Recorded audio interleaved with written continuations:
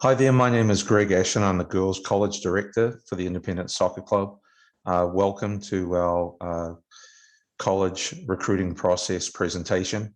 Thanks for tuning in. Hopefully you can get some valuable information out of this presentation. My primary role within the club is to help with the recruiting process and educating players and parents from the families within the club into the recruiting process and the intricacies of the different divisions, what they can do, can't do, and how we go about this process. So we'll just follow along with the slides here. And if at the end of this you have any questions, please don't hesitate to drop me an email at greg@independentsoccerclub.club. So here is, we'll get started. Just the NCAA updates right now, we're in a good place. There are no restrictions in place with Division 1, 2, and 3. The dead period, thank goodness, was removed June 1st. So all the normal recruiting rules are in place. The only thing is there could be some rules set by individual institutions at the Division 3 level, depending on the COVID restrictions within the state. So Division 3 coaches can contact you at any time. You can contact them at any time. So if that's of interest to you and you've got questions about going on campus to visit, don't hesitate to reach out to them. The other two divisions, 1 and 2, college coaches cannot communicate with players until after June 15th, going into their junior year. So you can email them, but they cannot contact you. They could maybe respond through your club coach and get word to you that way, but otherwise they cannot have direct contact with you. The college recruiting landscape, I just really want to reinforce this. The college recruiting process is different for every player. Every player's journey to find the right place for them is going to have different paths, and it's an opportunity for every player to try to find the very best fit for them. There are going to be things that crop up that are unexpected. There are going to be things that you hope come into place that do happen, and other times things that you'd really like to, schools that you have a strong interest in may say that you're not quite the right fit. Although that's disappointing, I'd really encourage you to hang in there and keep searching for that right fit. Last year the club had over 50 players find the right fit for themselves. And on the girls' side, we've had a number of players as freshmen start for their college programs and already make big contributions to their programs. So our hope is that our players find the right place for them, that they can be happy at on an academic and athletic perspective for 4 years, and not after a year find that they're in the wrong environment and then have to go through the transfer process. Okay, this presentation is primarily to aid players and parents as they navigate the college recruitment landscape. And this process is an evolving process that's going to require players and families to be proactive. I'm here to tell you, if you sit at home right now and are not doing anything to get recruited, then you're probably not going to find a college for you. Coaches are just not going to be knocking on your door.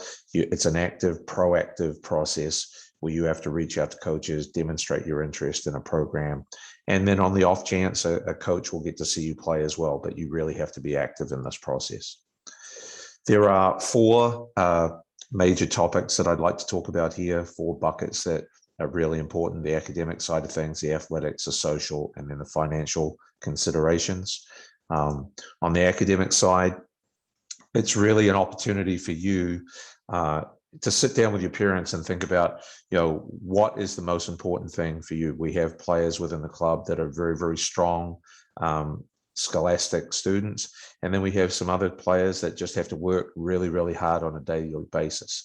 So trying to find what you want to study, and then trying to find a college, a university that offers the major that you think you might be interested in, or has a very wide curriculum that you can delve into and try and find an area of interest is really important. Do you want to find a university that's in your area that has strong, rigorous academics, or are you looking for a school that you feel that you're going to comfortably be able to get through classes and graduate within 4 years and also play soccer?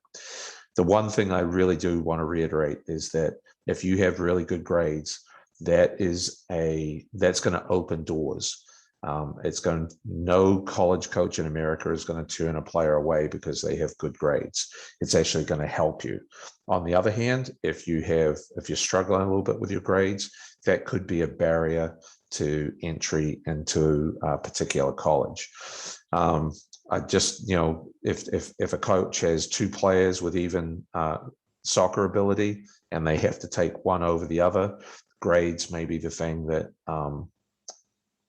makes that coach take that player. So I'd really encourage all of you to be striving for the highest grades you can. If you're a strong student, try to take a rigorous course load, taking the highest level classes, AP classes. All of that will help in the long run for you.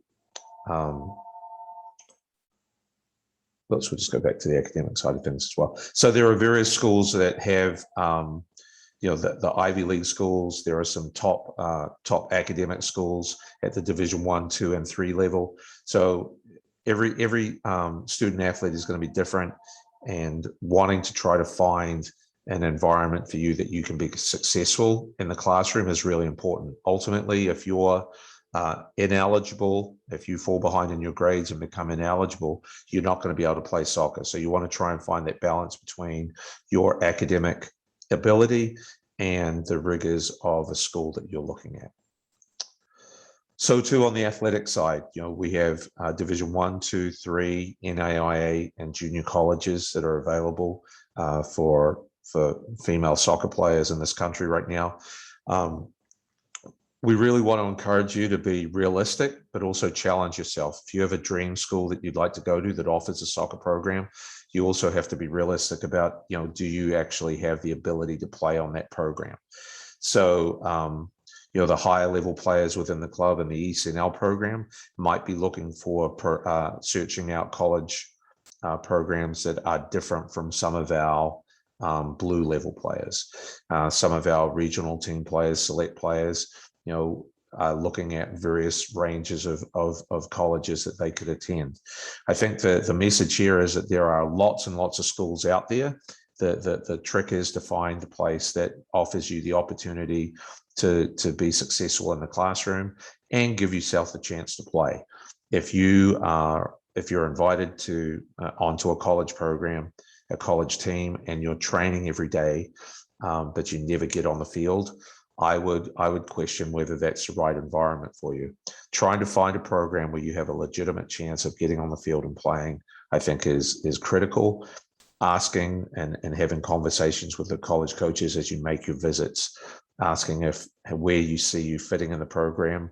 That's not been rude. I think that's been asking for honest feedback so that you can make the most informed decision that you can.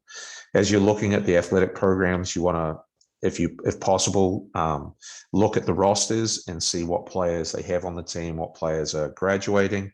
If you're a defender and they're graduating a number of defenders, that might be a good opportunity for you.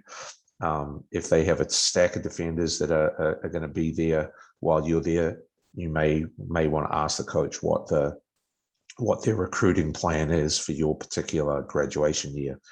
You also want to look at the consistency in the program. Do they have a coach that's been there a long time? Or is there a high turnover of the head coach and assistant coaches? Just looking to try to find some consistency and stability in a program. And then really trying to see as many college games in person as you can. If there are games going on locally, if there are games close that you can get to, that your schedule allows you to get to see play. And then trying to watch games online as well, whether it's live or archive games, so that you can get a feel for the way they play. I would encourage you, if you do go to a game, to try to get down as low as you can, right down by the fence line of the game, so that you can actually see the speed of play. I think that's the biggest difference that players are going to feel stepping up from the club level to college in that first year, is just going to be adjusting to the speed of play. So getting a true idea of how fast the game is down at ground level is something that I would encourage you to look at. On the social side of things, when you're looking at colleges, there are going to be, things that just the aesthetics of the place. How does it look? How do you get a feel when you step on that campus, when you take an official or unofficial visit, or if you just stop in on a campus on a road trip? There are going to be schools that you just get an immediate, you gravitate to, that you just love the look of, and then there are going to be other places that you just don't get a good feel about them. If there is a place that is on your list and you can get a look at their athletic facilities, what does their game field, their practice fields look like, the training room, the weight room, those things can give you an indication as to the commitment level of the university or college towards their soccer program. Obvious things like the large size, the size of the school, whether you're looking for a large school, medium school, or a small school. They're all things that you can figure out through your criteria search using College Fit Finder, which we'll talk about in a moment. Whether you want a school that's close to home, away from home, in a big city, and out in the countryside, all those things are going to be important as you look at a place that you really feel comfortable with. And then as part of the comfort level is getting to know the coaches as well. So talking with the players, talking with the assistant coaches, getting to know them. I would hesitate in encouraging you to recruit, to commit to a school based on the coach. You never know if that coach is going to be there, whether they'll move on to another place or retire or resign.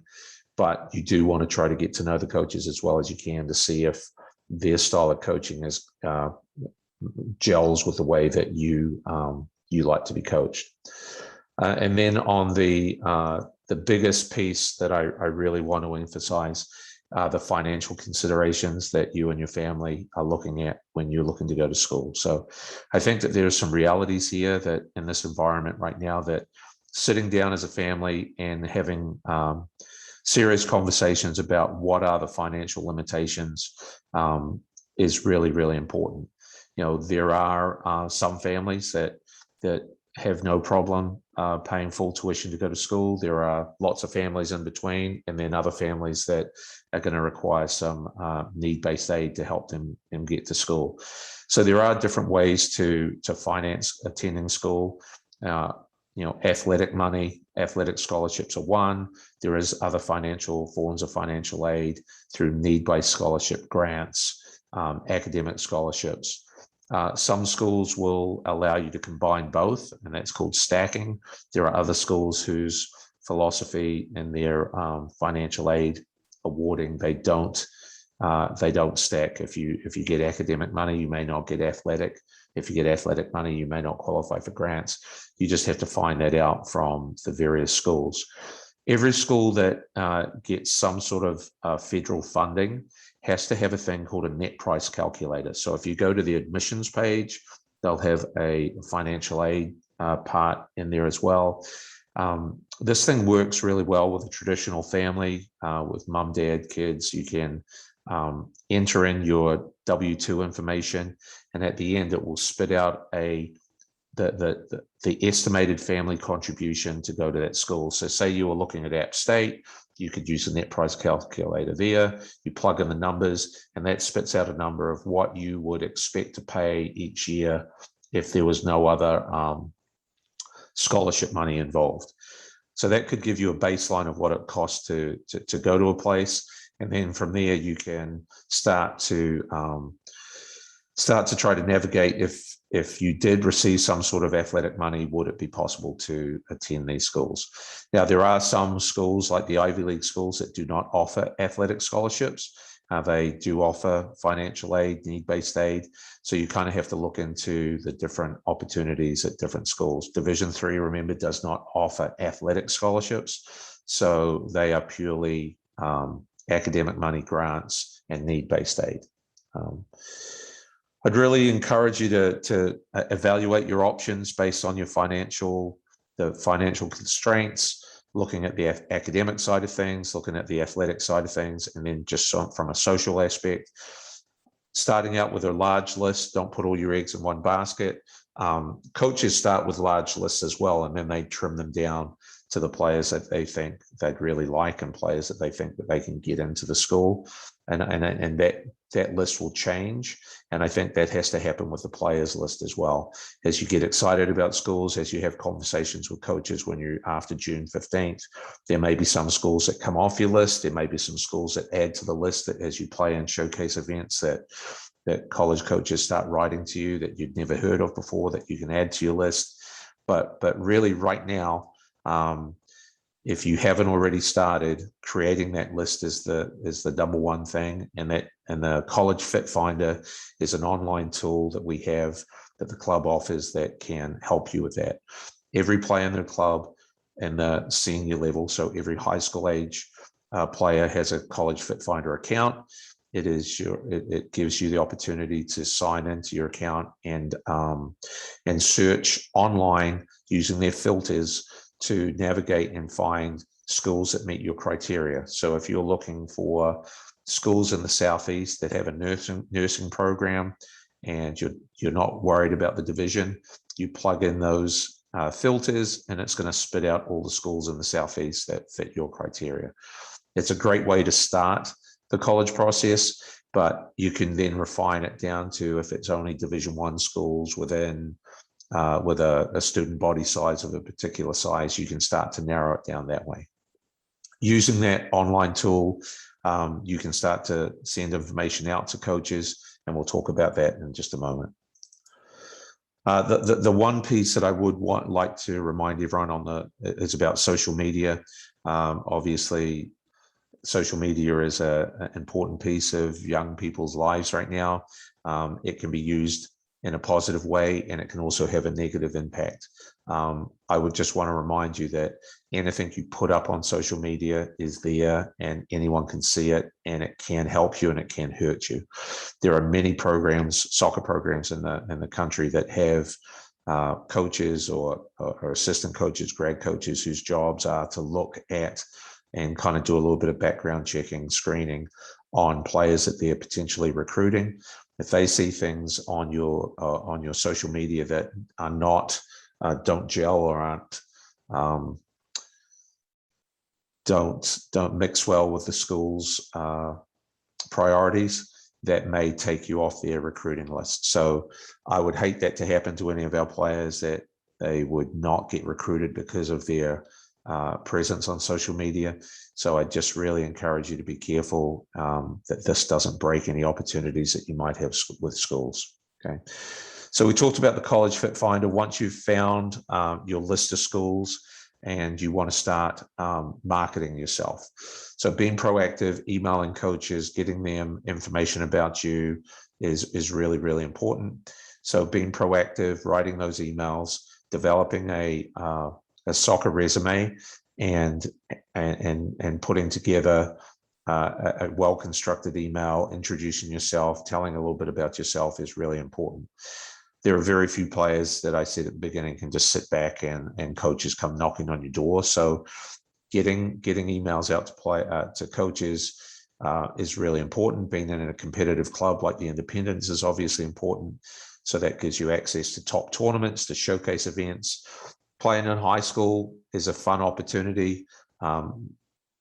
Various coaches have different ideas on high school and whether they actually recruit from there. There are tryouts that you could go to. Division II schools have a unique thing where you're allowed to actually go to a tryout and train with the college players.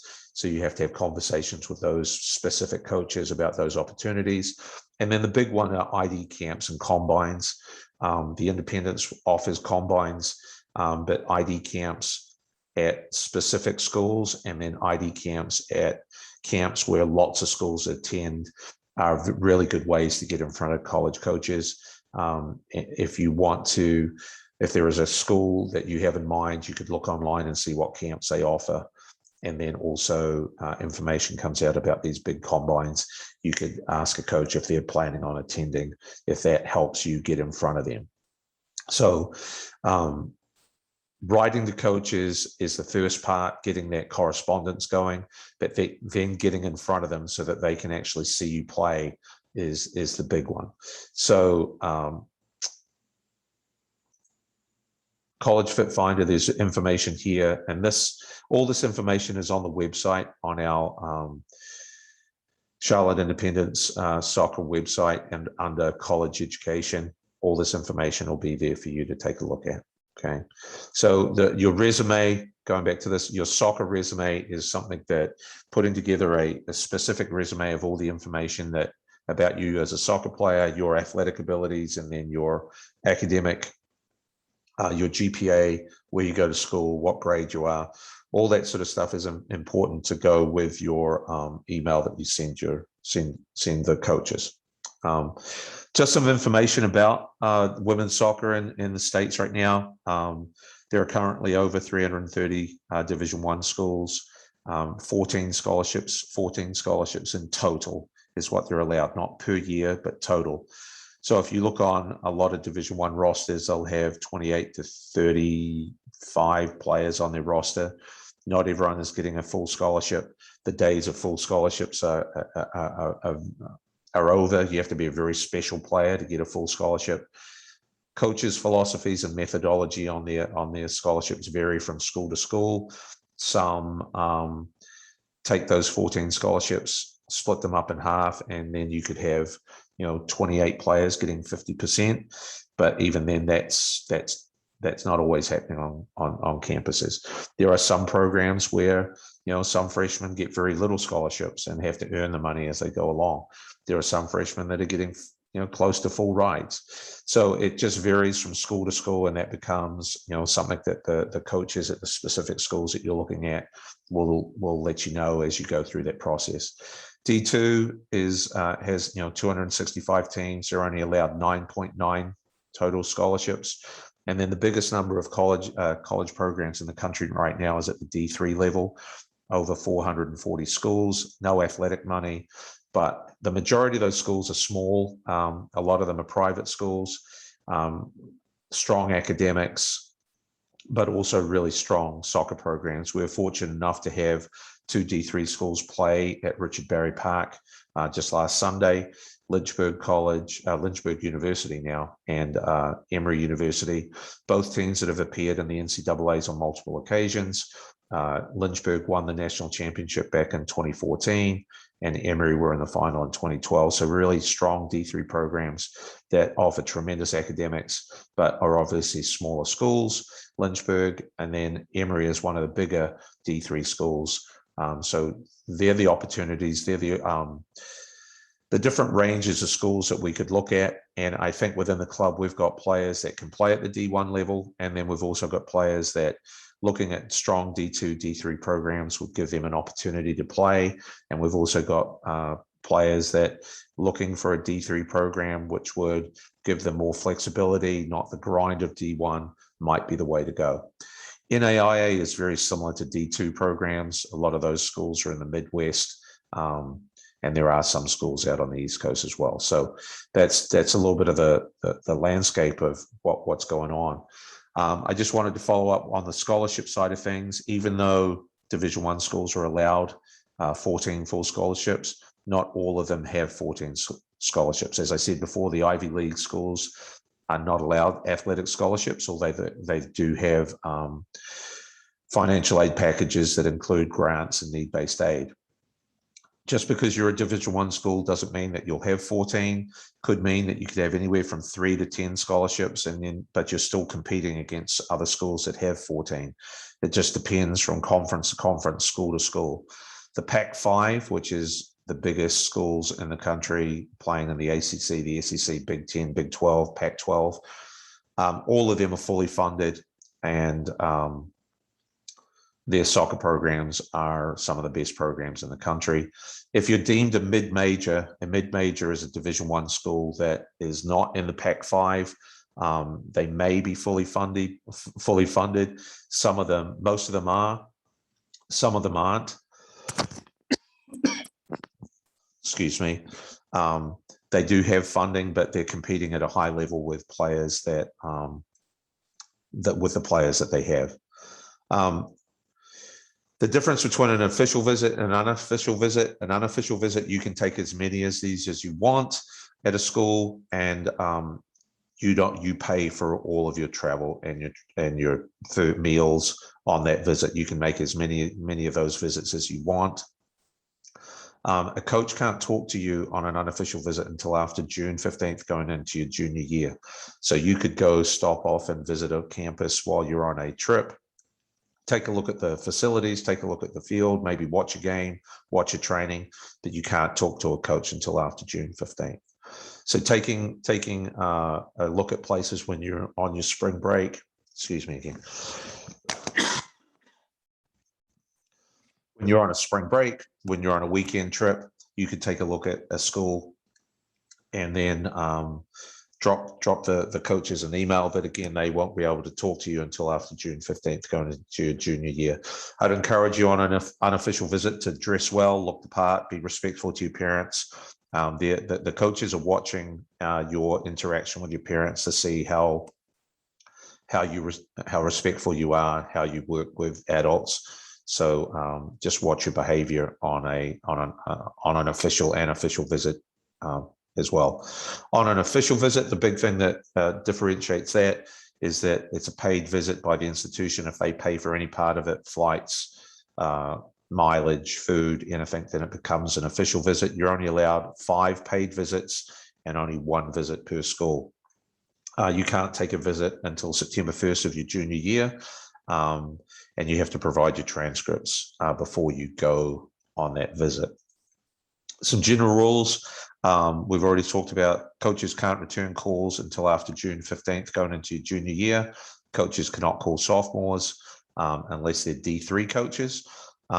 E-recruiting you can email juniors and seniors unlimited times.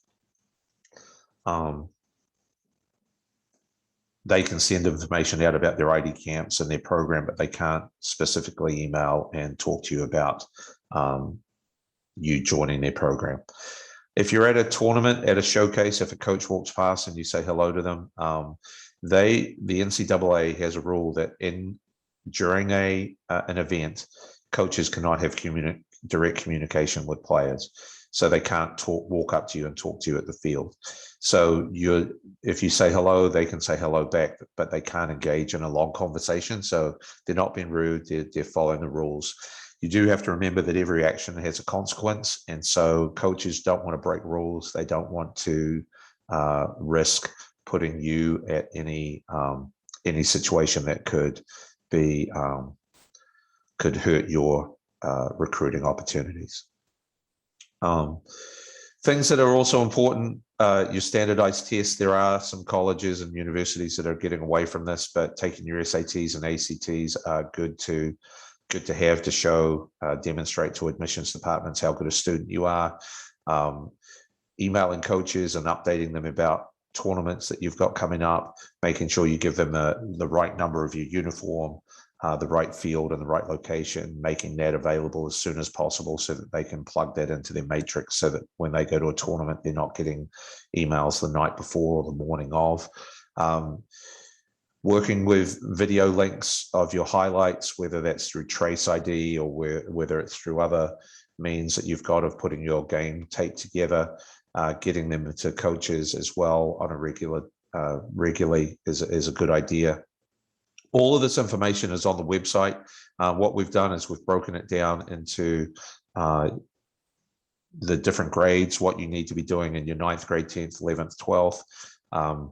If you go to the website, you'll be able to see all this is laid out, what academic considerations you need and soccer considerations you need to think about. And then we also have resources on the website that you can look at. The big thing that I want to reiterate is that as you're going through this process, this is your journey. This is your opportunity to find a place for you to play soccer and get a great education. And so I really encourage you all to take the time and effort to try to find the right fit for you, and find the right level, whether it's D1, 2, or 3, or NAIA, where you get a chance to play for 4 years and have a worthwhile experience that you can look back on and see that you had a great soccer career, but more importantly, you graduated in a major that you feel comfortable about, that's going to set you up for the rest of your career. Thanks again for tuning in and looking at this presentation.